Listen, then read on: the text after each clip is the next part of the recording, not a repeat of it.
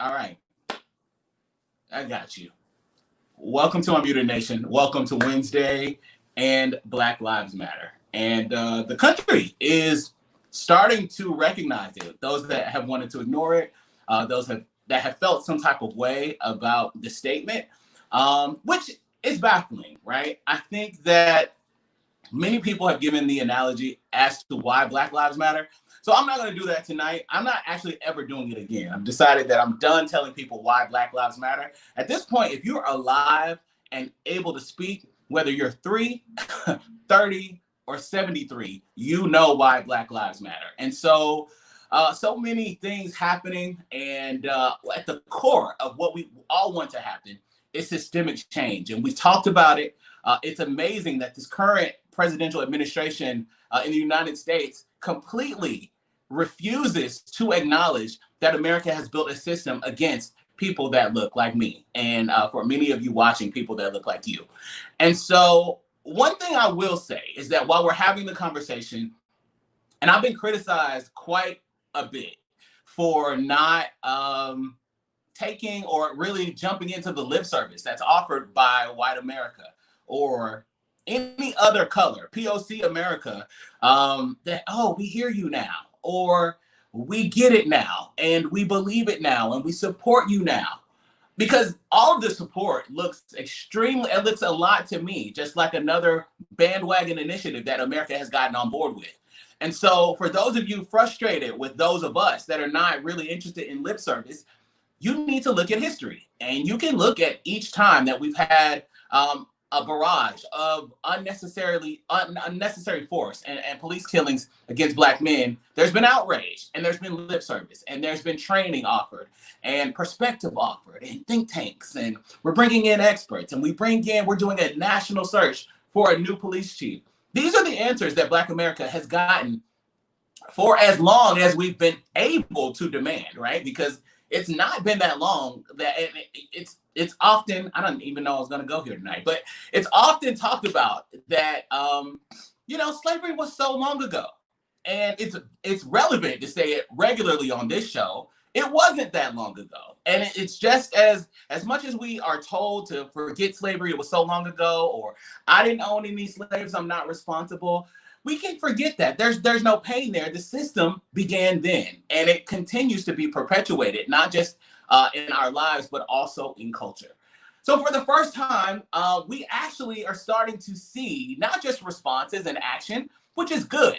I appreciate you acknowledging it. I appreciate you at least saying that there's a problem here. There's something that we need to discuss. There's something that we need to change. There's a system here that's broken. These people are hurting. And it took very brutal murders that you could see visually. And we've had a number of them, and we won't focus there. But let's talk about systemic change just for a bit. As we talk about white supremacy on this show, and for the next 30 days, which it won't be every day on this show, but for the next 30 days, I'm committed to really exposing white supremacy for people that don't know what it looks like, and showing people like you or me how we ascribe and believe and regurgitate white supremacy, and how that affects us, not just in the way that we think, but in the way that we operate. It's notable to say that before we go into that conversation today, I'm not here for the lip service, but I am here for the action. And the dismantling of some of these systems is going to be very uncomfortable. It's not just uncomfortable for white people either, because those of us that have silently or even unknowingly ascribed to white supremacy find that the normal being shaken, maybe not, well, I don't know if I don't know. Some of you Black people are very attached to your syrup bottle, the one that you've used since you were 3 and you started eating Eggo waffles or whatever it was. You were really attached to this historical figure in context, right? Historical, Aunt Jemima. And this morning, the news was breaking everywhere that PepsiCo and Quaker Oats, PepsiCo owns Quaker Oats, and they are the owners of the brand Aunt Jemima. Both from the pancake mix to the syrup that you use, have decided they are going to do away with the imagery and the name. And so Aunt Jemima is gone. And for a lot of people, I saw rhetoric everywhere, right? I saw Black people like, do we really need to? Yeah, absolutely, we do. And white people, I see, well, I just thought she was a nice black lady. There's pain there, right? If you know what a Jemima is or how a Jemima is referenced, origination of Aunt Jemima, she was just not some nice black lady that was cooking pancakes for the neighborhood, right? She was a figurehead, and we've watched her evolve over time. I don't have time tonight because we got a packed show. But I want to get this out of the way first. I've got a police officer joining me from Philadelphia in just a moment. We're talking about the color of privilege later in the show. And of course, the breaking details and what's going on with Rayshard Brooks out of Atlanta. But first, Aunt Jemima. Well, people are very outraged and not sure what she's going to be renamed, but we have some suggestions. These pulled from the internet and comical none the least. First up, I say aunt or auntie. You may say aunt. In this case, I'll say for who she is, Aunt Candace. No added color or flavor needed. I think that's a good possibility. Candace Owens on the. I mean, she fits the. What's next? What else? What else do we got in addition to Aunt Candace?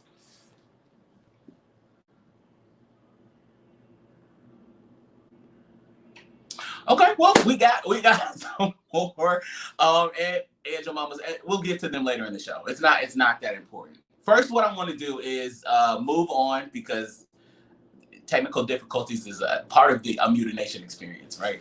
And I want to talk to Officer Holmes out of Philadelphia, out of Philly, and he's joining us today. Really, my goal and my desire and what I'm hoping to get out of this conversation is some perspective and context, right? I think we all know that not all officers are bad. And right now in this, the state that we are in, we're trying to figure out and navigate where we are.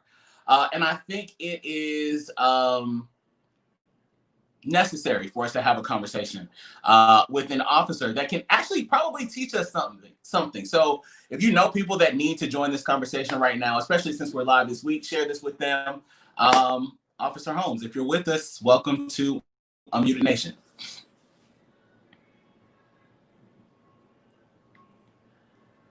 I got him, but I can't hear him. There you go. Good evening. Can you hear me now? Oh, I think we got it now. All right. Officer Holmes, how are you? How are you?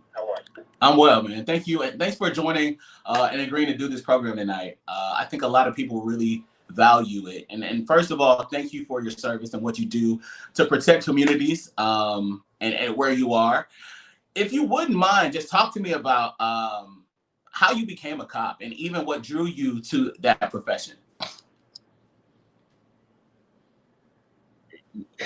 You'll find this amusing, but while working, I took the police test to help the community, to ensure safety within the community and do my part.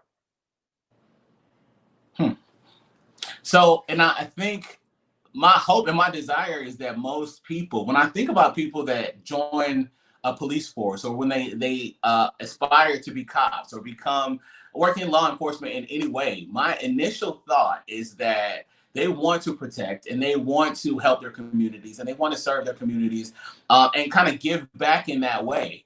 The experience that you've had as a police officer, do you feel like you've been able to kind of fulfill what your initial goal was? I do. In regards to serving the community and doing for them, I believe I have. I enjoy interacting with some of the juveniles on the street. I enjoy helping the elderly community in regards to letting them know, what's good, what I consider what's good and what's bad. Like there's a lot of scam artists out here where people try to scam the elderly. So I believe I've given back in my 28-year tenure of doing this. Wow, 28 years. In 28 years, I can imagine that things have changed quite a bit. If there was like something that's the most significant change that you could pinpoint, if there is one over the last 28 years, what would you say about society or the community that you serve? What's changed the most? Training. Education. I'll say education.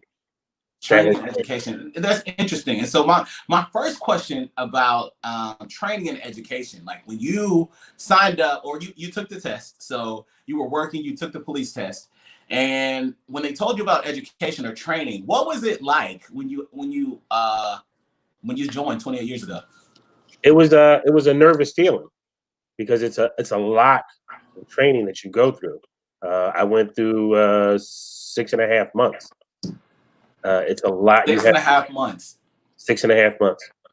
So in that training, like walk me, because this is something I really the furthest I know about like how deep police training goes or how detailed is like from TV shows. And what comes to mind most recently is I was watching Quantico, so I learned about the FBI, and their training was probably a little bit different. In 6 months of training, what are some things that you focus on? Let's see. Besides the law, which to me was really important, your safety in regards to keeping your body fit, keeping your mind fit. Again, the law. You get trained in a variety of things. I can just go through with it real quick. Sure. It's intense training for weapons. It's an intense training for the community. It's an intense training for the law. It's intense training for your self keep. With self keep, I think that's an interesting one because I would assume, I mean, I guess that makes sense. But I just wouldn't have thought to even say that when they teach you just about like preparing, because we all need self-care in some ways, right? No matter what the profession is or what you do every day, you need some way to take care of yourself. When it comes to police training, what are some ways that they encourage you to self-care? Think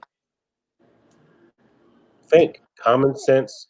Think if you're not feeling well, just like with any job, if you're not feeling well or you don't feel as though you're capable of doing your job for the day, stay home. Gather yourself. Meditate on whatever works for you. Go into the gym. A lot of people find the gym their self-help. Yeah, a place to let off some steam and let off some energy, blow off some energy. That makes a lot of sense. I think when you say that training and education has changed over the last 28 years, if you know, what is training like for a new officer coming into your department today? It's longer. It's longer now. I believe they do 8 months now. A little 8 months of training. A little bit over. Wow. But since my time coming on to now, there are a lot of things that have changed. There are more tactical items, basically tasers. Your ASP. There's de-escalation. That's the one that I'll pause there for a second because that's the one that really, really is interesting to me. I hear often that there is de-escalation training that's offered, and I think that generally that probably is the same. I think probably depending on your community, and I don't know enough about it when it comes to de-escalation training. I'm absolutely sure that different types of personalities kind of come into that training and different cultures. And so what would be the first step for somebody that doesn't know how a police officer would try or attempt to de-escalate a situation, any situation? What are like the first steps that are attempted? You should get everybody calm. That's the first step. If there's hollering involved or if there's tempers flaring, we need to calm that part. If everybody can talk or speak sensibly, that's the most important thing with de-escalation. After that, it's basically finding out what is the problem. How do we address the problem? How can maybe as a police officer we fix the problem? A lot of de-escalation with problems is not a police matter. Sometimes it's just like going into a home and let's just say you and your brother are having a dispute because you wore sneakers. And your brother is extremely, extremely pissed. Well, let's try to calm that situation down. Right. Let's try to figure out, are the sneaks worth what we're doing right now? Are the sneaks worth the police being here? Is this something that you guys could resolve on your own? So there are situations, and I can imagine like the number of people that call 911, and especially on Black people. Like we've got this outburst, and this probably has always been happening, but now people are documenting it and they're recording it, and they have proof that these people are calling 911. If you get an asinine 911 call, someone calls for something that you don't need to be there for. Clearly, it's not a police matter. What's your typical response? Well, let me go back. I know I kind of get what you're saying, but no 911 call is asinine. Um, to some people, 911 is their fix. Call 911 and they can fix it. My cat is in the tree. Call 911. I lost my earring down the sink. Dial 911. So it's just no different from de-escalation. You go in, you just try to solve the problem, but you got to be what's the word I'm looking for? Besides polite, you just let the people know. That's not a 911 issue, but if you can help them out, you help them out. Got you. If you And can't, I help think I them, you use the word direct them to where they asinine need just to go. because I do feel like just footage that I've seen like this, like why would someone, it makes a lot of sense. And people use it as their safety tool. Yeah, Right now there are a lot of proposals for that entire system to kind of be reworked, and people are using all types of different words, from defund to reform to rethink, reimagine. I've heard all types of things. I'm not really a proponent of defunding, but I do think that in the situations, like hearing from you that the goal is to de-escalate and really to kind of just assess the problem. And my assumption is officers come into these situations without a lot of information. You may have what the dispatcher offered you or some context about the neighborhood or where you're going, but you don't really know where you're walking or what you're walking into.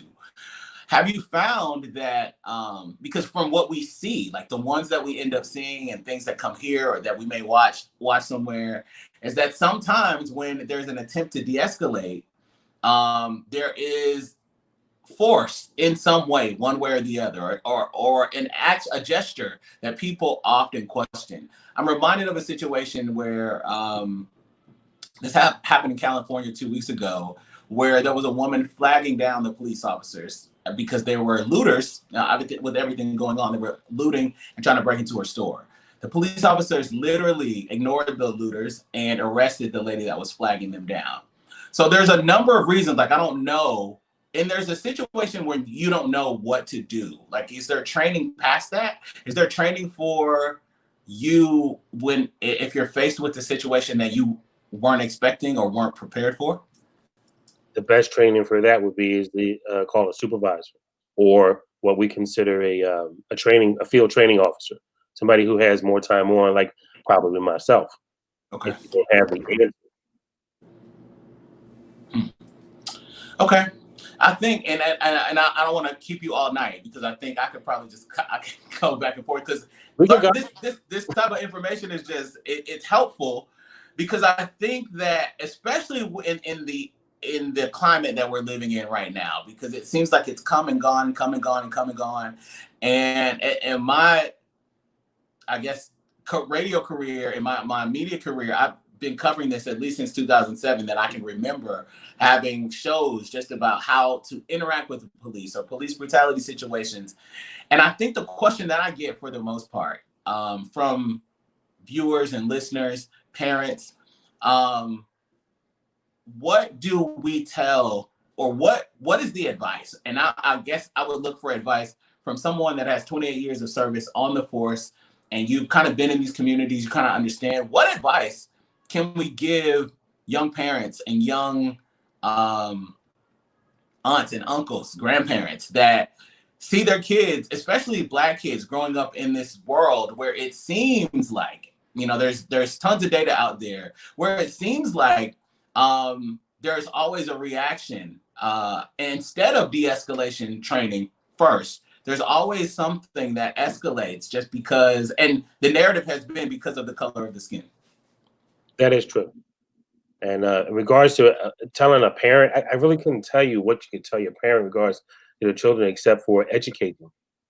Educate them the best way that they can. In regards to yourself, I would say educate yourself, meaning go out with the police. Come here to Philadelphia, ride with me if you like, or go wherever you live, go to the police and ask them, can I do a ride along? So you get a firsthand feeling and knowledge of the calls, Hmm. and you see for yourself. There are a lot of people that don't like the police, but there are more people that appreciate the police. Um, the, a lot of the juveniles, or like you said, the parents telling their kids, they go by what they see from their peers. And there are a lot of peers who they just don't like the police for whatever reason. I couldn't tell I you. think that's an interesting. I guess that's an interesting way to view it. I did a show and we did a series actually for Black men a couple weeks ago. It was called Black Men Hear Me, and it was just really a time to listen to Black men. This is before we had the Ahmaud Arbery tape and we learned about Breonna Taylor and George Floyd. We did this show for Black men so that we could listen to their thoughts, perspectives, and emotions. And one of the questions that I had on that was a 5-part series. One of the questions that I had was, have you had or when was your first encounter with the police? And for the 5 men that were on that show, they all had encounters at different times that maybe I think maybe for 1 or 2 of them, they were actually I guess a traffic stop and things that they could have anticipated.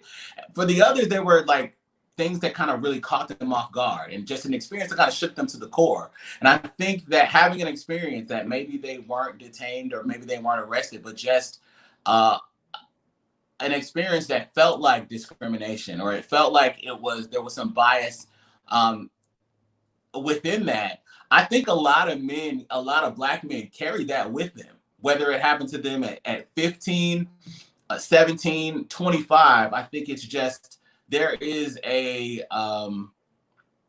general and like you said, there's a lot of people that I think even those people that have had those experiences, I think that they like the police. They just don't like what's happened to them, and they fear that it may happen again. And so I think your suggestion is great if officers are willing to allow like ride-alongs. And I think I'm somebody that believes that dialogue can really fix problems. I think talking to each other, and I think instead of talking at each other, and right now we're in a climate where people are talking at the police and they're talking at their leaders and at the government, and they're talking at each other. And some of us Black people, we're just talking at white people. We don't even want to talk to them right now within this climate. But I think that talking to each other is really going to yield needed healing in that way. My last question for you: if there was an option to reimagine or reform, because a lot of people are calling, like, and you mentioned this yourself, people call because their cat is stuck in a tree. And at that point, does a police officer actually need to be issued? If some of this refunding and this reimagining actually went to some other services, would police departments be strained by that? I'm sorry. Repeat that one more time. If some of the funding or some of the budgets are like reassigned to other services, so for other civil services to respond to people when they call 911 for certain things, would that put a strain on police departments? It could. It really could. You would have there's something that would have to be revamped in regard to what call would be important. But when you dial 911, you really can't just revamp that, because every call that comes from 911 can be important. I've had jobs where a little boy called and he said he can't find his dog. Well, we go to the house. He can't find his dog because his father, who was beating him, had locked up the dog. But that turns into something totally different. But just to give you an example, Wow. you had mentioned earlier about people being interacting with the police, Black men being interacting with the police for one point or another. Yes, sir. So even my tenure on the job, being on the job, I've been stopped. So it's not like a particular thing for particular people. I'm intrigued now. When you were stopped, what was your response? Like, how do you, as a police officer, if you're stopped by another officer, What I tell everybody. My response is the same. What I tell everybody. Always ask, what did I do? If you don't know, you don't know. If they say, if something comes up that, okay, your taillight is out. I didn't know, officer. I'm not aware of that. Thank you for letting me know. Gotcha. But check and see if the taillight is out. Just like you and I are talking Yeah. to each other, you can go to somebody else and talk to them in regards to, my taillight wasn't out. Can we talk about this? Got it. Makes sense. It's just a matter of keeping yourself composed. Not always, the phone come up, let's videotape it. That's it. Why you effing stopping me? What did I do? And the neck going. It's not all about that. Yeah, and I mean, I get that. And I think a lot of that frustration comes from, if I don't take this, Right. Anything could happen. And so I feel, and I think if you are willing to come back, I'd love to have you back, because I've got a number of questions. Because I feel like in those times, you feel that's even a risk. If I pull my phone out and put this phone in this officer's face right there, like, what is the response going to be to that? What does a normal person feel like? Sometimes it's not necessary just to put it in his face. Like I just told you, you get stopped. He says your taillight is out. No problem. You get out of the car. You check your taillight. You videotape it. Is the taillight out? No, it's not out. Then you move on to the next, your next phase, without escalating anything, without him or she having to de-escalate. We all have to work together one way or another. One way or another. It's just like I always tell people, like, there are people that tell me when I used to be on the street, they can't stand the police. I understand that. You can't stand us for what something happened in that person's life, Right. that made them not like police. I'm sorry. If I could fix it, I would do my best to try to fix it, but I can't. But again, 911 is there for everyone. So you not particularly caring for the police, if something happens, you're going to have to call us. We're still going to have to work together one way or another. Sure. There's lots of anxiety around that too. Yeah. There is. I appreciate your conversation and just being so candid, Officer Holmes. If you would come back again, because I'm sure we'll continue to have these conversations, I'd be glad to have you. I would love to. I'm a little busy now, but we can work it out. I got you. We'll work it out. And listen, this conversation was definitely necessary, valuable, and I'm hopeful that it's going to help a lot of people just kind of rethink about how they respond, or how they can respond going forward.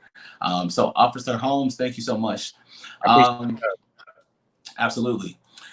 So it's been a crazy day, right? We've watched, and Officer Holmes, just his willingness to come and just kind of talk to us, and even show that as a Black officer, he's been arrested. The responses that we have will always vary, and I think we're all in a really unique place, but it's time for us to start having those conversations, because what is the main objective, right? Why are we even marching? We want to live. We want to live. We want to be here, and just like we could pull example after example, every time we lose a Black brother or a Black sister, we can pull another example of the same issue and that person being with us. And so we want that story to be our story, that we are here, because this isn't a conversation that we enjoy having. I'm going to keep this moving. And today, the Fulton County DA charged 2 officers involved in killing Rayshard Brooks. 11 charges for 1 officer, and 3 charges for another. Boss FM's Tiffany Linnell is with me just to discuss what happened today and everything that has kind of happened in this case. Tiffany and I also work on our sister network, Black News Alerts, and so we were reporting this as it was happening, and we've kind of watched it unfold. Tiffany, walk me through what we saw today with the Fulton County DA. And before you walk us through this, I would like to say this. I've never been more appreciative of the care, the attention to detail, like I have been. We have seen cases where the charges are sloppy. We know that they are not going to hold up. We know that they are being reckless or racist. in this case, we saw something different for a myriad of reasons. It could be because of the unrest that has happened, not just in the country, but in Atlanta specifically. We saw tons of solidarity and outrage when George Floyd was murdered at the hands of a police officer. I'm sorry, at the hands and the knee of a police officer. And so here we are again, where people even like me that grew up in the streets of Atlanta, I call Atlanta home, I was always, and we were saying that there was a collective conversation going on when this was happening and Atlanta was responding. This doesn't happen here. We don't see this here. And we saw it with Mr. Brooks on Friday. And so walk us through the charges and everything that happened today.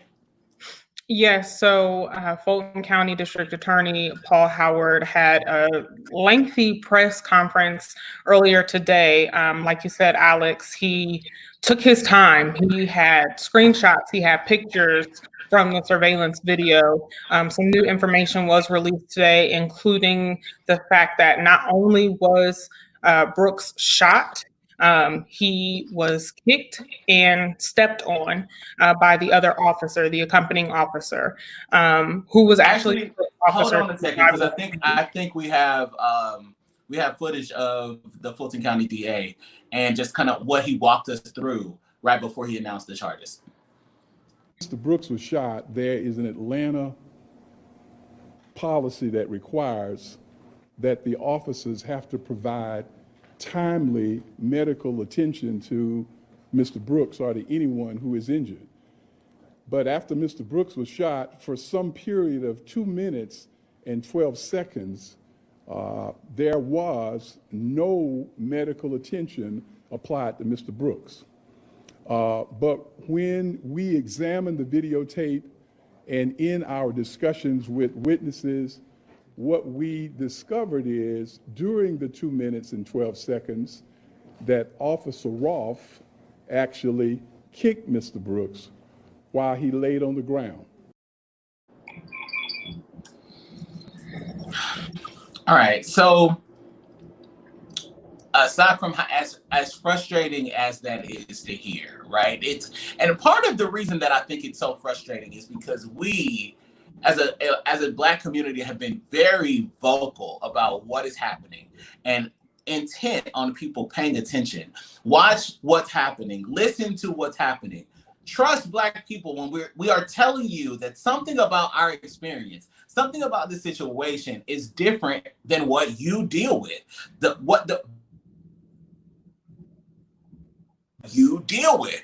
And Officer Holmes was just here and he was offering the perspective to have a conversation. Rayshard Brooks had a conversation for over 30 minutes with this officer. A calm conversation. Peaceful. Even the DA said a couple of quotes that he said that I got from his press conference today.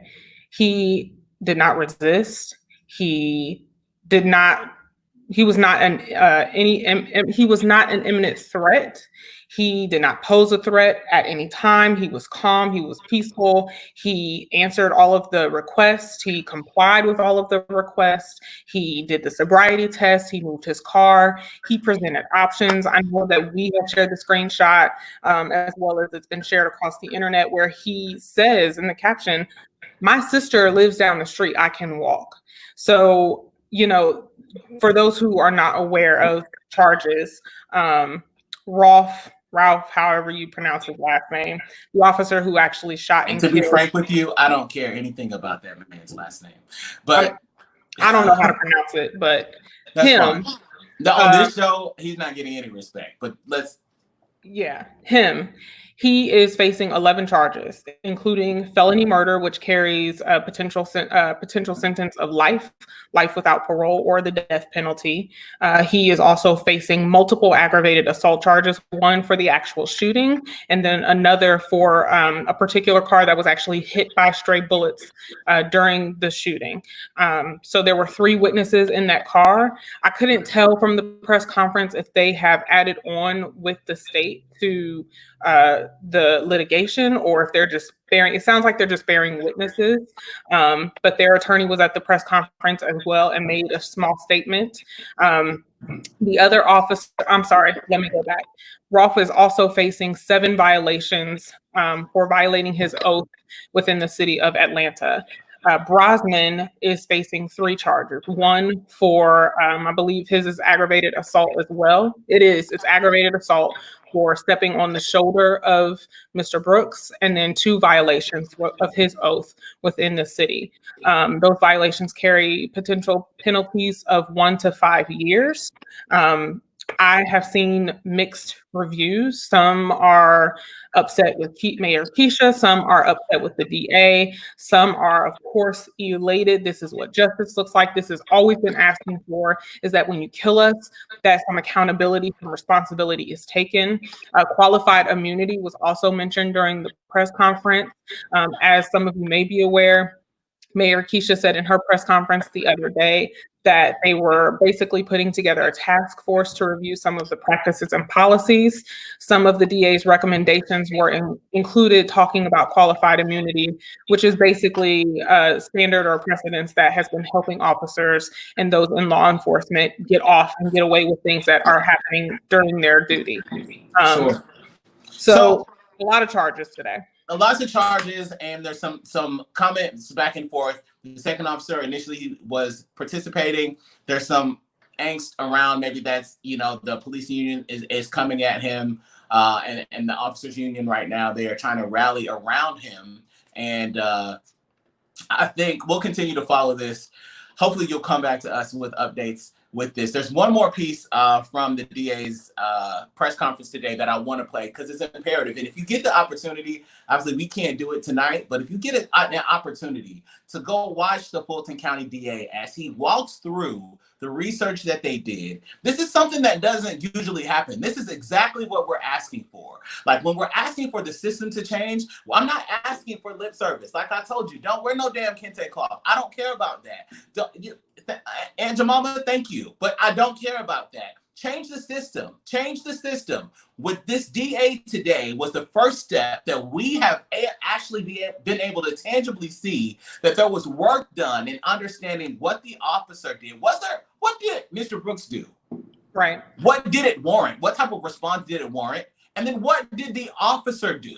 And I think that played a major part into why we got the results that we got. And people will fight them. A lot of these charges may not stick, but this is the first step to changing the system. And like I was saying at the beginning of the show today, people are frustrated. Well, do we have to change everything? Some of the things that are ingrained in our society have painful racist roots. So as we uproot the system and change the system, it's going to hurt. It's not going to be comfortable. It's not going to be things that you like. It's not always going to be things that you're comfortable with changing. And that includes Black people. If we're asking for the system to change in so many ways, a lot of us have benefited from this system. While many Black people have not, a lot of us have. So as we change it collectively, I had a guest before that said, once you create a system for the less fortunate and the marginalized, everybody is covered. And that's what we are looking for in this America of the free. We are looking for everybody to be covered. Let's run this last clip of the DA, and then we're going to move into our final conversation. Secondly, from the videotape, we were able to see that the other officer, Officer Brosnan, actually stood on Mr. Brooks's shoulders while he was there struggling for his life. We were able to conclude that based on the way that these officers conducted themselves while Mr. Brooks was lying there, that the demeanor of the officers immediately after the shooting did not reflect any fear or danger of Mr. Brooks, but their actions really reflected other kinds of emotions. Have you ever heard that before? No. I've never heard that before, that the actions of the officers, because what you hear every time, it's whether it was Philando Castile, Terrence Crutcher, even for Tamir Rice, there was an excuse for why a 12-year-old boy playing in a park with a toy gun was gunned down in less than 1 second. There was an The car hadn't excuse. even stopped. So many people, you're just finding out these names and you're hearing them for the first time. And I mean, Tiff, as long as we've been at this network, we've been covering these stories this way. And I think we'll continue to do that. Tiff, thanks for coming through. My pleasure. As we continue to follow this story, we'll bring you back. All right, the final conversation of the day. We're changing it a little bit. First, before we do that, you know, Unmuted Nation, especially for those of you that listen on the radio or you listen to the podcast, we have implemented the Karen Watch. And so it's one of the segments that we like to do. This Karen, we'll talk about what happened to her. But if you have not, if you don't know anything about Karen Watch or you don't know what a Karen is, we'll roll this clip and then we'll talk about what's happened to this Karen. Is this your property? Hi, I'm asking you if this is your property. Why are you asking? Because Well, it's private property. Because it's private property, So, sir. are you defacing private property, or is this your building? You're free to express your No, opinions, we but not on people's property. Okay, absolutely, Sure. just respectfully. sure. So we're just saying, absolutely, your signs and everything, and that's good. This is not the way to do it. Okay. It's private property. But if I did live here and it was my property, this would be absolutely fine. Totally. If it, And you don't know if I lived here or if this is my property. We actually do know. That's why we're asking. Oh, really? Because you live here, right? You No, said so. because we know the person who does live here. Oh, okay. So Then that's all I we suggest wanted to you ask. call I'm him not or disagreeing with call the you. police. Why do you Or wanna call the police? because What do you you're want me accusing me to- of a crime, correct? What I'm asking you is why are you And I'm doing not this? answering you. Okay, that's fair. That's fair. So your choices are to call the cops if you believe I'm calling a crime, and I will more than be happy to talk to him. Okay, thank you. What's your name again? I'm Lisa. Lisa, what's your last name? What is your name? What's your name? I asked I'm first, not Lisa. committing a crime, What's your name, sir. sir? What's your last name, sir? What is your first name, sir? I'm not answering. I'm not talking to you. You're talking to me. I'm asking you the questions. Well, we're not doing anything illegal. Neither am I. Yes, Actually, you you are are. Because actually. it's Really? private property. Oh, okay. Well, then call the cops. Thank you. We will do so. Lisa and Robert. Yeah. I'll be right here. Okay, thank you so Bye. And that, people, is why Black Lives Matter.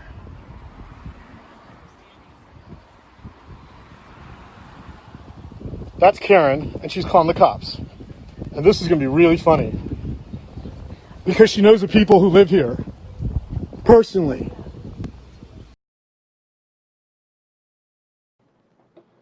So we'll continue to follow Karens. That Karen, that specific Karen, again, there's certain names that are just not important. What we can tell you is that she has lost her job, and the brand that she owns, everything she's affiliated with, has fallen flat. Her husband also lost his job at a financial firm.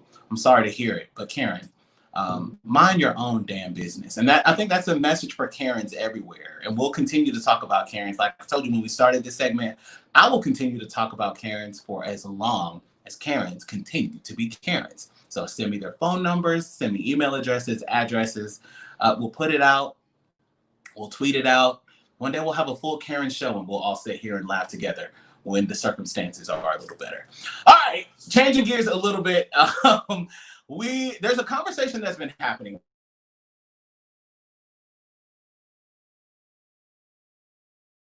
And tomorrow we'll be talking about a pastor that called white privilege the white blessing. But there is another conversation that we will be working on, and I'm going to bring BK in and Ryan Cohen, and these two gentlemen are joining the conversation today. BK, welcome back to Unmuted Nation. What's up, homie? Good to see you again, sir. Fan favorite. People are so happy that BK is back, and I'm here. I'm glad that y'all are here for the conversation. And Ryan, welcome to Unmuted Nation as well. First off, I just know that anything you guys want to get out, I think this is a space that you can do that. So before we jump into this privilege conversation that we've been talking about, how are you? I think asking a Black man how he is in a time like this where we seem to be under attack in so many ways from so many directions. BK, how have you been? I've been good, man, and I appreciate you for asking that before asking anything else.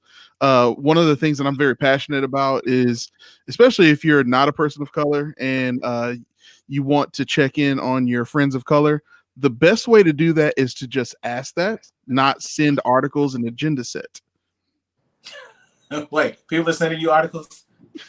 Oh, you know it, man. You get articles, you get videos, cherry picking certain actors that may have certain views that are contrary to what they think I might. And you know, there's a lot of people out there who are starting to feel the effects of everything that's being said. They feel the pressure, they feel the heat, and they understand that there may be something going on inside of them that they need to clarify, and so they reach out to that one black friend.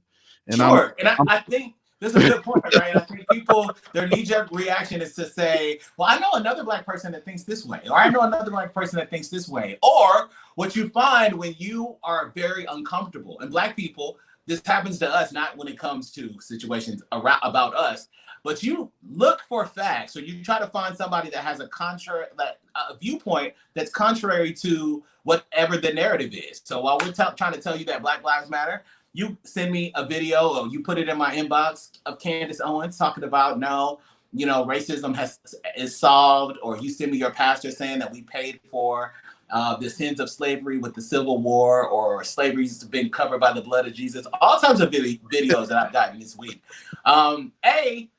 Pray that I have prayed. How about that? How about you pray that I had talked to God that day? Because otherwise, what's coming back, I can't really control. Ryan, again, welcome to the show. How have you been? Just with everything going on. But I'm blessed, man. You know, just happy to honestly stay afloat with everything going on. You know, like it's just crazy. Like everything that's been going on lately. You know, especially the brothers that's been that we found out who were hung outside of City Hall in California. You know, that's crazy, man. Like I don't even know what to make of everything. You know, I just feel like people keep trying to make an example out of us. No, and I think from the men that were hanging in California, there was a man found there was a child found hanging in Texas at an elementary school. There was another man found hanging in Manhattan Park here in New York. So I stick with this. It's just not it's just not black people hanging from trees. It's just not. We all have questions, and we should have questions.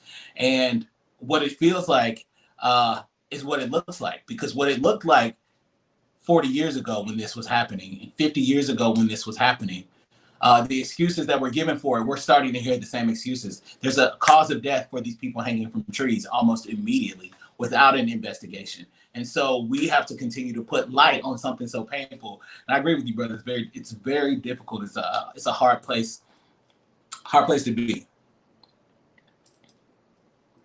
So absolutely, man. Yeah. Lots of. I'm sorry. Go ahead. No, you're fine. Lots of emotions, lots of frustration. But there's a conversation. I think that I think that people heal and people grow with conversation, and there's much needed conversation. We don't talk to each other enough. We talk at each other. We talk about each other. We talk around each other. But talking to somebody, like stopping and listening, because a conversation requires you to do both. It requires you to not just share your thoughts and opinions, but be patient enough, and to also know that you may hear an opinion that you initially don't agree with. And I think it's something that we all have to go through. BK, I'm glad that you're here for this, because Ryan, I heard about you just from a post that you made on Facebook. Maybe a week ago, maybe 2 weeks ago. And it was sent to me by a former producer of mine. And I was like, as I was reading it, I'm like, these are conversations that obviously we need to have. There's so much stuff that's been going on, but it's a conversation that we're going to have today. And we have that post. You were, instead of reading it, because I could do that and people can just listen to me read and kind of stumble through the words. paraphrase for me what you were trying to say in this post that started with, "I am a light-skinned black man."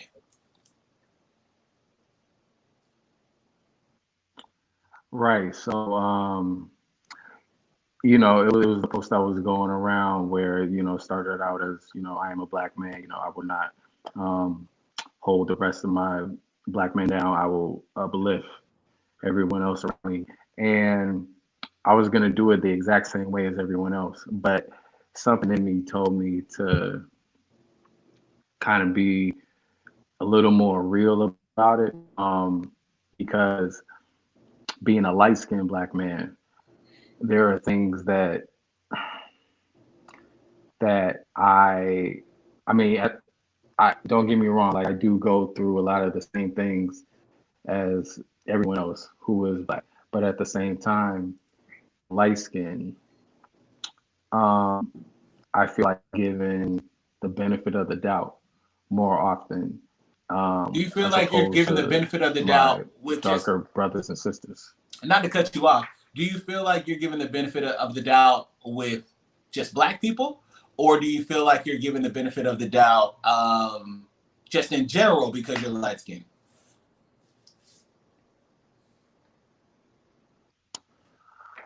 Sometimes. I mean, cause okay, so let me say this. So my first name is Irish, right? Last name is Jewish, Okay. and I'm light skinned. So, um, you know, just going off that, a lot of people probably assume that I'm white or I got some white in me, but like I'm just a very fair skinned black man, you know? And so, you know, I've had interactions with police and, you know, they look at my name, my identification and stuff, and they probably assume that I have a white parent, you know? And when I look at everything that's going on, um, you know, like I'm not saying that light skinned black people shouldn't have a voice, as far as what's going on, because we absolutely, everyone needs to tell their story. You know what I'm saying? Everyone Absolutely. needs to share their experiences. But I feel like the lighter skinned folks kind of need to uplift the brown and the darker skinned black people, because they are the ones. And I don't like saying they because we're all one, but people who are a little bit darker have it worse as far as brutality. If you look at everyone who's been gunned down or who's been killed by the police, pretty much everyone has been brown or dark skinned. You know, so that's something that we all have to keep in mind, and that's something that I want more light skinned people to kind of be aware of. You know, I'm not saying that we're not in the struggle together, but I feel like light skinned people kind of need to uplift and propel our darker brothers and sisters, because they are the ones who are being brutalized more. Absolutely. I think your perspective was one that I was really interested in, and I really wanted to. I was like, I got to talk to this guy because I think, and we get a little raw here sometimes. So I'm gonna ask some questions, and BK, I'm gonna throw you in here as well because I think like there's a thing within our community that we say like it's colorism exists in so many ways. Some of us really participate in a very colorful sense, in a very playful sense, Yeah. but it does affect us in different ways. And I think you made an excellent point that a lot of the people that we've seen gunned down, they didn't have the benefit of the doubt given to them. So in those traffic stops, and there has been a perception, there's studies that have been done that the darker you are, the more dangerous you are perceived. Yep. And that's what it is. I think the darker your skin goes, and I think that there's this.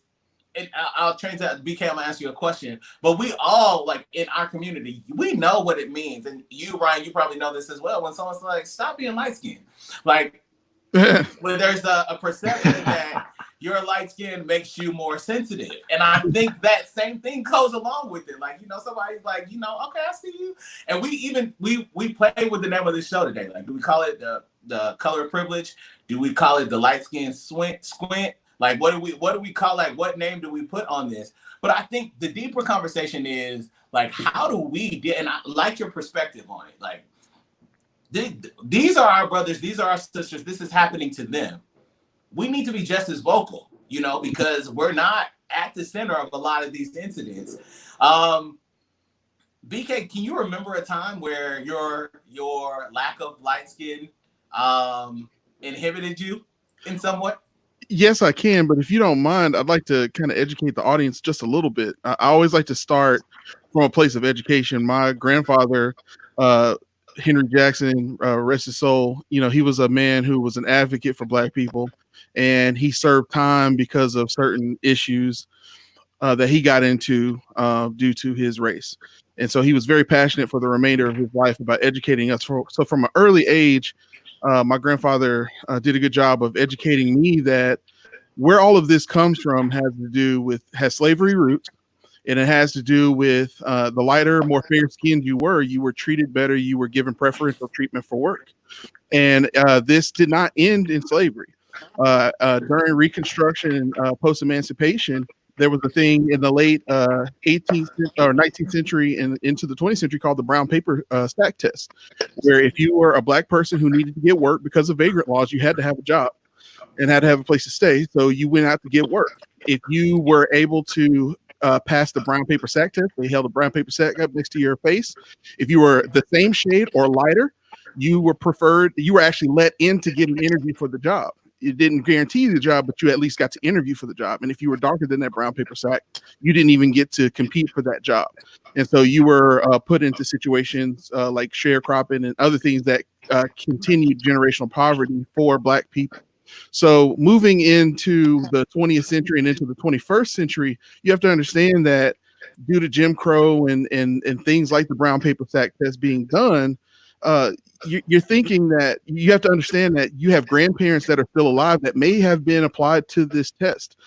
There are Black people who are still alive that may remember it, and that type of tradition of it sowed competition within Black people, and it was a tactical thing. It was a systematic thing, so that you started to resent other lighter, more fair-skinned Black people if you were a darker person, because you didn't get a chance to compete just because of the color of your skin. And so then what you had white people who would play you against that. Well, you know, it's not my fault you can't get it. It's that other person who was lighter skinned than you that took your opportunity.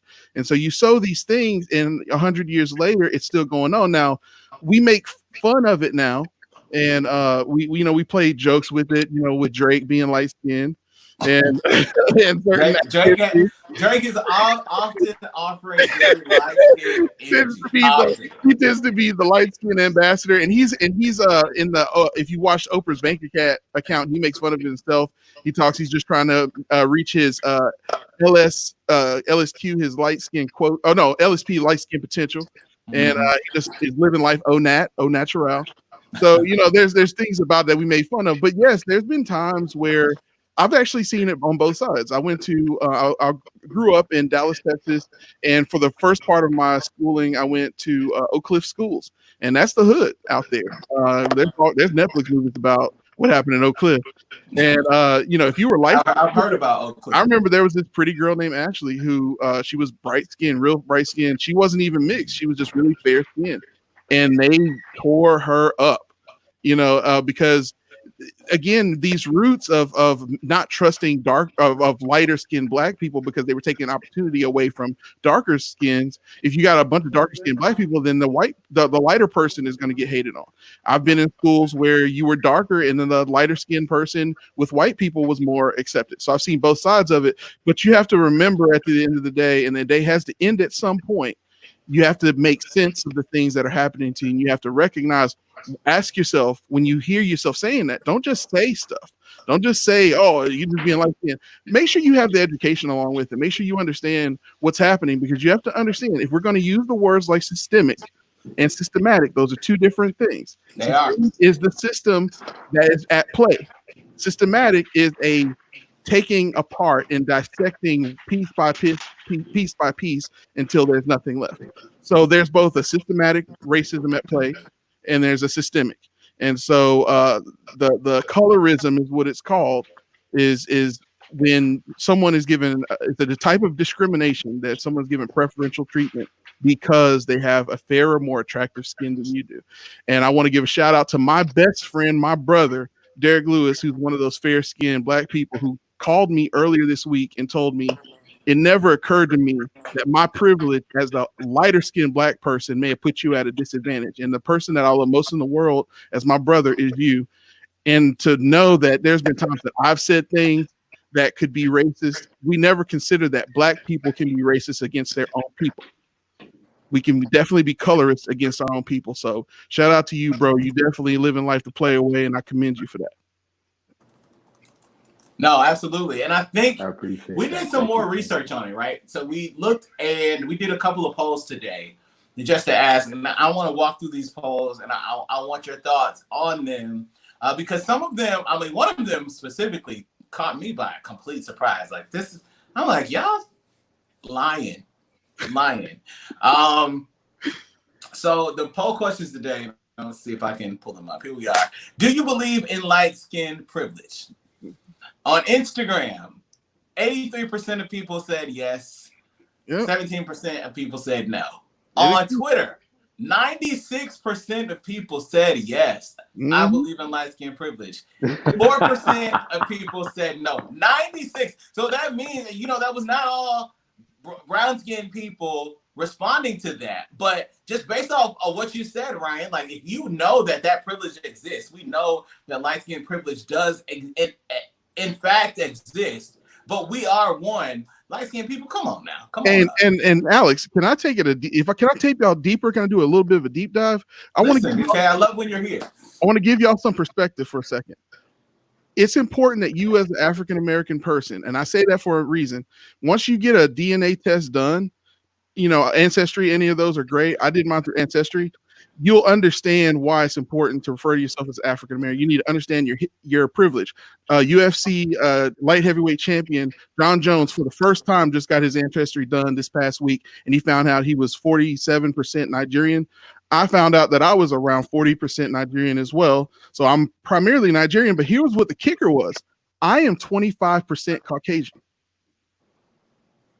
You know what? You want me to be honest? You want me to be really, really honest with you? Yeah. I've been thinking about doing my ancestry and the DNA, and I've been thinking about it probably like twice a week. But I don't want to find out. Let me tell you something. That's the inconvenient. I don't want to. That's the inconvenient truth, yo. That's the inconvenient truth. If you are of African American slave descent, you have Caucasian blood in you because for obvious reason.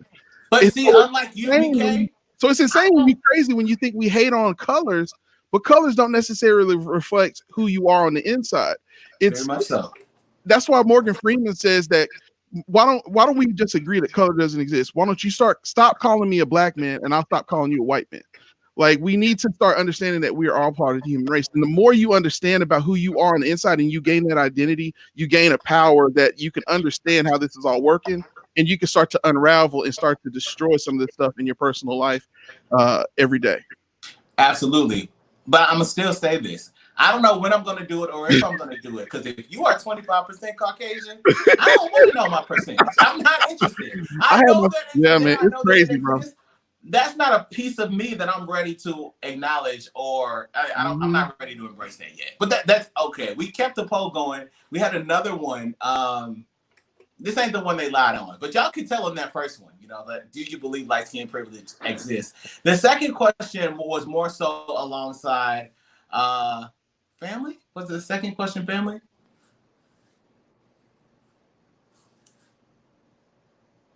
Was that for me, Alex? No, I think he's waiting on graphics. Okay, so the second question, does your family treat light-skin complexions better? So within your family, have you noticed that they treat light-skinned family members better than the other? Mm-hmm. Mm-hmm. In my family in particular, this might be some family members watching this. They're about to be upset, but I don't care. That's me. Let's go. It's BK, man. I want all the smoke. So here's the deal. In my own family, we saw light-skinned family members treated better. And I'm part of the strain of our family that's darker skinned, and we were treated definitely differently. Definitely, that same grandfather who I said some things. There were rumors and there were things said about our family that part of the reason why we were like the black sheep of the family because we were darker skinned. And I'm saying I'm being real careful because I don't want to say too much about my family. So just read between the lines. I'm telling y'all, black sheep of the family that came from somewhere. Okay, I'm just telling you. Listen, Ryan, in your family, are you the lightest one? Hold on, you broke out. Are you the lightest person in your family? Oh, by far. Do they treat you I got one differently? cousin who's I wouldn't necessarily say because I'm light skinned. I would say probably because most of my family's from Boston, and I moved away from Boston when I was about 10 years old to Milwaukee, and so I've been a little disconnected from my family ever since then. You know, I only would see them like a year, maybe after that. So the bond wasn't as strong. But sometimes, like that, I'm a little bit older. I feel like, you know, maybe because I am a little bit lighter, maybe they feel like they can't relate to me. And you know, it like I do notice difference as to how I'm treated compared to either, you know, maybe my family or my friends and stuff. I just feel like I'm treated like, and this isn't I just from white people, from black people as well. You know, I feel like people kind of like look for me to um like be the leader almost. Like I don't know if that makes sense. Maybe I'm using the correct word or the phrase, but like I feel like when I'm amongst like other black people who are darker, I feel like people look to me to like uh take charge for some reason. Okay. And I always feel uncomfortable with that, you know, because it's like it shouldn't be like that. You know what I'm saying? Like I don't want something put on me like that just because I look different. Do You know what I'm do saying? you feel So like that you're ever put into positions that you can speak on behalf of everyone else because you have lighter skin? So maybe you should be the ones to go talk to the white people.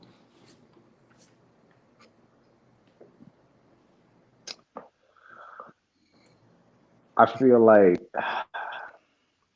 well, white people, man, they like they you know, they look at me and they try to like determine, you know, I am. And I'm gonna be the, you know, I carry myself like a black man. You know what I'm saying? Like the way I walk, the way I talk, just my demeanor. And so once they kind of know where I stand, then that's when the bad treatment comes in. That's when, you know, they like they don't really want to mess with me. You know what I'm saying? And I'm fine because at the end of the day, like I'm gonna be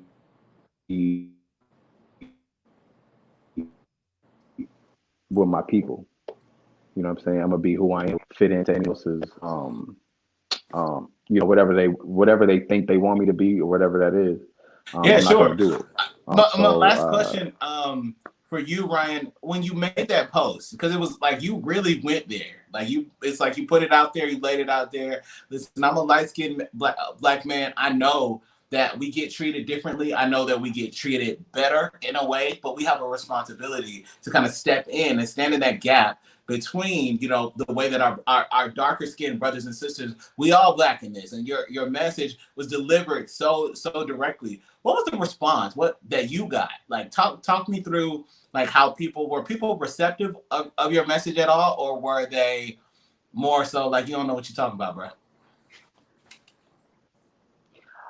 Oh, I got mostly positive feedback. I would say my feedback, like 95% of it was positive. I had other people who are light skinned as well, and they were like, "Bro, I feel you 100%. Like, I'm glad you said something because I've been feeling this way for a very long time."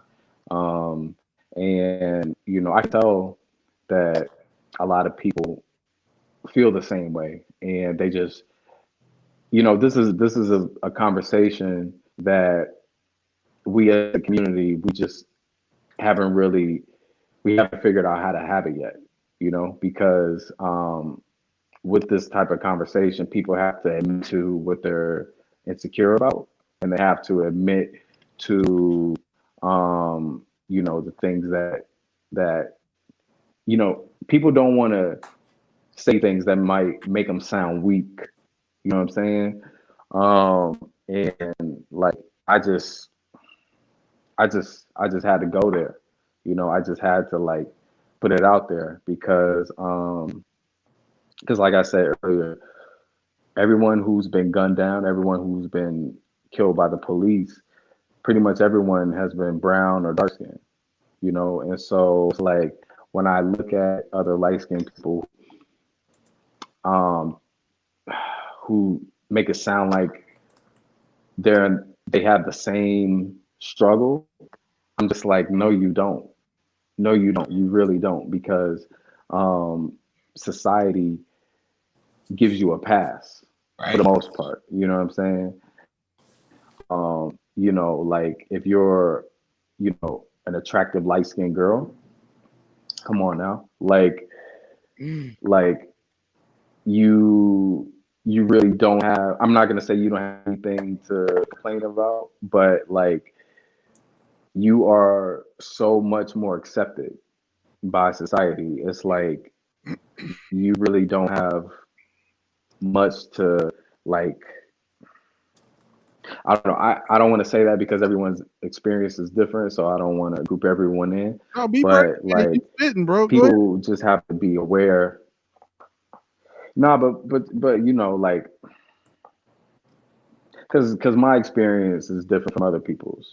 So like another light skinned person, hey, they may have had it way worse than me. You know what I'm saying? I don't know, but like just from observation, just from being in certain circumstances, um, certain social environments, I notice how people kind of favor, like girls in particular. You know what I'm saying? Like how many rap songs have you heard where they talk about they want a light skinned red bone girl? You know what I'm saying? And that gets put into our psyche, and it makes us think that is what we should strive for, when we should be striving for just love in general. You know what I'm saying? We don't talk about that enough. No, you're so right, man. speak. And I think it's a conversation that we're going to continue to have, and we have a series coming up where we're going to be talking to Black women, specifically all types of Black women. Not one shade or the other, but I think you brought so much context and perspective to how we need to be sensitive to what's going on in our community collectively. It's not just what's happening to one of us; it's actually happening to all of us. Light skin, dark skin, brown skin. It's happening to all of us, and it's something that we have to be intentional. And it's okay for us to have the conversation, right? And I think one of the main reasons I wanted to talk to you today is just because I felt like your post came from a very genuine place. I felt like it brought awareness and just a needed check, right? Sometimes we have to check our own. And it doesn't always have to be rude. It doesn't always have to be a read. It doesn't have to always have to be nice, nasty. And I think we can get to the point. And Ryan, I appreciate you for being here, man. If there's any way that people could get in touch with you, what's the best way for people to connect? Oh, absolutely.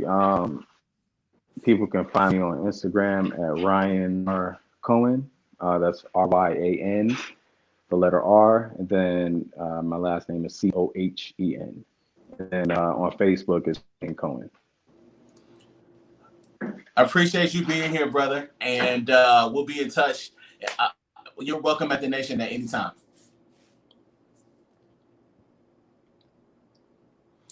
As we wrap this this day, BK, I know that you saw everything that was going on, and you kind of have seen how things have materialized.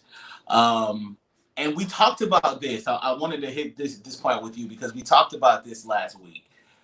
I know what you're like. I know what this is. You know, we're watching the response. We're watching the response from corporations. We're watching the response from major organizations that we have all supported, directly or indirectly. And we're finding that some people are actually literally shaking in their boots, right? Because I think that it's a moment in time that has to be seized, and there's no one that's vocal enough to really have the conversation with the community. Yeah. To say, seize this moment. Yeah.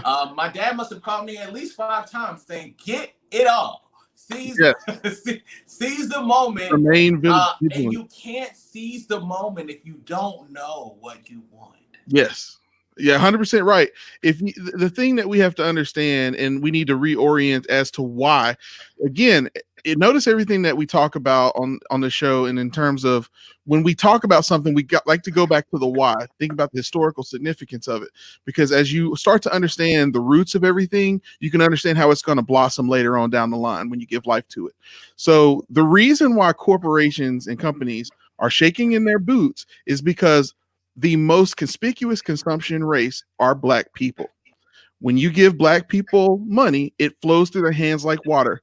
There have been old Jewish jewelers that say, "I love Black people because we call them liquid money."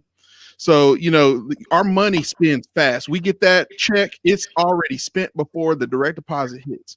So in terms of growing generational wealth, we are very weak at that. However, in terms of empowering the economy, we are the ones. We are the ones. So if we're not happy, nobody's going to be happy. And that's the reason why Killer Mike is trying to empower us to understand the power of the Black dollar and how it's being spent. So it's important that you understand, as you are spending your money in this marketplace, you have the power to choose which companies are going to thrive and which ones are not going to survive this. Talk about it. The reason why Aunt Jemima is changing, because they already know. Don't forget that Miss Buttersworth also had some things back in the 90s, and they kind of pivoted the CGI version of her and gave a white woman's voice. Okay. Uncle Ben is another one. So just pay attention to the things. Now, we don't need to be placated with these things, because as what Alex is saying is, when you don't know what you want, this thing came out of nowhere. We didn't have an agenda set. You know, when this kind of rapture thing happened, it came like a thief in the night. So we didn't know that we were going to do all this. Every time a Black life is taken, while it's a terrible thing, we're doing a great job of not allowing those sacrifices being in vain. And I think all of the young people and all the people willing to risk their lives and their health, despite the COVID out there, to make sure that we make change happen. So it's important that you understand your power within the community. And now it's time for us to continue to think about what we're going to do with this power that we have. So continue to accept the street renames. Continue to accept that Aunt Jemima is no longer going to be, a mammy on top of the pancake shelf anymore. But absolutely, remain vigilant. The thing that I noticed, I made a post about it over the weekend before the tragedy happened. Okay, before all of the mysterious deaths started to become a lot more obvious. We're seeing in Florida, we're seeing in California, we're seeing all over the nation. I think one happened, it might have happened in Georgia too, where we're seeing mysterious tree hangings happening, and no foul play is what's being said. Okay. There's also was a drive-by here in Georgia, okay, the same day that we were distracted by that Wendy's burning and one of our Black brothers dying. But there was a pickup truck that did a drive-by on people in protest areas. The type of pickup truck you see it in, and these people were covered from head to toe. Y'all know when some of us from our race decide to go hit somebody, we want you to know who did it. Remain vigilant. Be ye not deceived. Okay. Understand there's a lot of stuff at play, and it's going to get a lot more worse than it's going to get better. But we have to remain vigilant. We can't just go back to going and having our house parties and having our red cup challenges. We can't just go back to going to the club and tripping. We have to take a step forward. We have to accept the fact that as much as we want to blame white people, we want to blame blue lives, we also have to accept the fact that we lulled ourselves into a false sense of security after Martin and Malcolm died. We watched a different world happen, and we watched people wear kente cloths and cross colors, and we thought that it was all going to be great for us. We thought that one day we would be able to, our generation would be the generation that would thrive, and the last generation died out. But as we're seeing on TikTok, in all kinds of counties here in Georgia, there are young white people who are younger than us, in their young tweens and teens, are trying to show you how to make a black person and putting it in a sink and showing you all of the bad things about black people. Talk about this, There's bro. all kinds of stuff. You need to understand something. This is being taught. It's being passed down. Let me say something here, because I think let me finish this out. Black people need to understand this. Stop saying that you think the next generation is going to kill racism and it's going to die out. It's going to be passed down like a Jedi lightsaber, and they will teach their sons and teach their sons and teach their sons and teach their sons. The only hope that we have is to scare it back down into the basement again. Scare the living hell out of these people. And that includes Karen, right? I think you said that so well. I think what we got to understand is, right, we dictate culture. We do. We dictate it. It's stolen. They kind of repurpose it with no seasoning. We know that. We dictate it all. But what we don't do, and this is because they've broken this. And BK, you're talking so good, I didn't want to stop you at all, right? They have broken us from this. You know, right about now is the time that all of a sudden I just disappear from the air, because I'm about to say this. They have strategically taken the ability for us to be strategic with each other away. Yeah. Yes, we. So that's when they burned Black Wall Street in Tulsa. Yep. When Rosewood happened, when King, Medgar Evers, Malcolm X, when they took these leaders from us, they destroyed the civil rights movement. What they did is they took your heart, they took your willingness to strategize, they took your willingness, and we accept what they give us for so long. You know, we have to intentionally break the cycle of white is right. Yeah. And assuming that because they said it or they're doing it, that this was not a system that was built against you. You get strategic, we get strategic. And I put a tweet out there yesterday and got tons of responses because I had a moment. Like, if we could just have a family conversation, just one huge family conversation, and shake this bitch for 12 hours. Yeah. Let me tell you something. This world would never be the same if we all got on the same page for 12 hours. Yeah, absolutely. And here's one thing. I'm about to say something that's not going to be popular. I love Dave Chappelle. I appreciate everything he had to say. But I got to put the cheese on the cracker for a second. I think it's very funny that he said that his entire spiel that why do you want to hear from me? You don't need to hear from me, while hearing from him. We have to understand that when we lost all of our civil rights leaders, the next step up was Muhammad Ali's and the Jesse Owens and all those types of people taking a stand because they couldn't take our entertainers from us because they were making their money for them. So you have to understand, we have a right to hold the Kanye West, the Beyoncés, the Jay-Z's, the LeBron James. We have a responsibility. They have responsibility because we put money in their pockets. We have elevated these people to be the people to speak for us. Jay-Z will put the 444 album out so he can make money and make sure that we have an understanding of what he's trying to provide. But we need to hear from you. You are our leader. Oprah is our leader. Y'all cannot hide up behind your wealth and be afraid to say what needs to be said. Because if you won't, then we're going to change culture. Because culture is always changed, not by the rich black people, but by the poor black people. And we'll flip that. We'll flip it. Maybe dancing on stage ain't cool no more. maybe getting on podcasts on Facebook and putting your face out there and putting you a target on your back so then you get hanged next. Maybe that's the new deal. Well, and here's the thing, right? What happened in this you call it a rapture. What happened is the playing field leveled. Yeah. So right now, with COVID going on, everybody has the same platform. Mm-hmm. Oprah is sitting in her house talking to you just like I am. Yeah. So it's on you. You have the responsibility to hold these people accountable. Yes, you do. You have just like we were telling you last week, you have the responsibility to go show up. Even Officer Holmes was like, go show up to the police station and say you want to ride with a cop. Yeah. So you take your black ass up to the mayor's office every day for 7 days. Yeah. Somebody's going to get tired of you. Yeah. As a constituent, there's no security they can call or no, you want a meeting. I want a meeting on the mayor's. I don't want to talk to the deputy mayor. I don't want to talk to his assistant. I'm not trying to talk to Miss Shirley. I am trying to talk to the mayor. And you hold these conversations with these people that a lot of this, and it's the system is so deep. And like we can stay here, we're gonna run out of time, but we can stay here forever. They know that you choose not to read. J. Cole was under fire today. In paraphrase, he doesn't read. Like you saying you don't do a lot of reading, you don't read.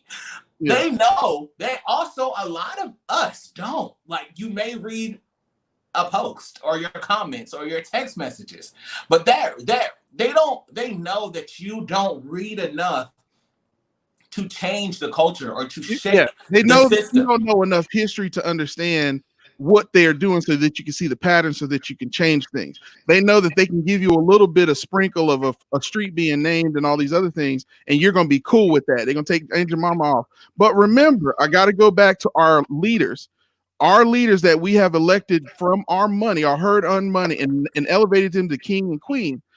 Be wary of stars that will sit up and make fun of OJ for saying that he's not black and say, okay, but when it comes time to speak up, they're not saying nothing. But I guarantee you, when the COVID and everything goes away and we reopen, they're going to be wanting us to be at those stadiums. And then they'll want to talk about all of the Black Lives Matter and all that other stuff. But while the heat is on and they brand is on the line, they're not talking, B. Listen, there's a lot of skepticism that comes out. And then all of a sudden, all of you become Dr. Umar. You know, you have these degrees and you want to be skeptical of, but I'm telling you that there's a system there. There is. You don't know. I'm trying to tell you that this system is there. OJ all over again. You need to be cognizant of this system and don't be a skeptic. Participate. Like once you decide to get involved in this system, you start to learn more. You're going to find out things that are hurtful, things that have harmed your community, things that are continuing to harm, but you need to know. You need to know you can't affect change. You cannot, and you see it, right? You start listening to, and some of you don't even have to read these things. There's audio books and services. You can go. I was going to say that because the thing about reading is this hipster idea that if you have a leather bound inferior piece of technology that was created, when the Gutenberg press came out, that somehow that makes you superior. But understand, there's this documentary on Netflix called The 13th. And it'll give you everything you need to know, a crash course in what has been done systematically and systemically to Black people in America. The revolution has been televised. All you got to do is watch it. Get you some popcorn, be entertained while you are educated. Absolutely. I think you need to know what went on with your people. Yeah, absolutely. And you need to know what's going on with your people right now. Absolutely. We are totally out of time, but I want you to just pay attention, right? I feel like after some of these sessions, I want to give you some homework so you can come back tomorrow and you know where we're going to lift off, because this conversation is never just about what's happening right here. The entire purpose of Unmuted Nation is I want to create a nation of unmuted people, right? So I want you literally having these same conversations in your circle with your family, dinner table, breakfast table, brunch table, text messages, these conversations. You get in and you get a piece of it live, get the rest of it on the podcast, get the rest of it, share it, and do what you need to do with it. Because I told you I ain't got nothing to do. Hey, we got time, B. We got time. You and me both. We got time. BK, how do people keep up with you, bro? Hey, bro, the best way to get me, like I said, on Facebook is look for BK Jackson. Look for my beautiful melanated skin in monochrome. You can also find me on Twitter. I don't go on there as much, but you can find me at B Season. There on IG, you can see all my chef stuff on IG at B Season. But again, just find me on IG. And of course, you can go to playlifeyourway.com. Again, that's playlifeyourway.com to look at the Play Your Way Network and all the great content we got on there, including the Player Way podcast, helping you how to curate your media the Player Way. Listen, sell it. I love it. BK Jackson, as always, thank you for coming through the nation. Anytime you're available, I want you back up in here. Let's do it, B. I got time. All right, man. That is going to do it for Unmuted Nation today. We are back at 9 p.m. tomorrow with another riveting conversation that you don't want to miss. All right. This conversation will air at our normal showtime tomorrow on Boss FM Radio. If you don't have that app, go get it right now. In your app store, Boss FM Radio, on Boss FM Talk is the channel that Unmuted Nation airs on at 1 p.m. Eastern every single day. And then tomorrow at 9 p.m., this week it's been another special week of programming. We will be here having another conversation about conversations and situations that are happening in America. Follow us on Twitter, Instagram, everywhere. Send us your feedback, your comments. Of course, this conversation begins with you. So if there's something that you want to discuss, you're part of the nation since you've been here. Comments at unmutednation.com. I'm Alex Haynes, and that's going to do it for tonight. Remember, today is greater. Believe it, speak it, and live it. Good night. We'll see you tomorrow.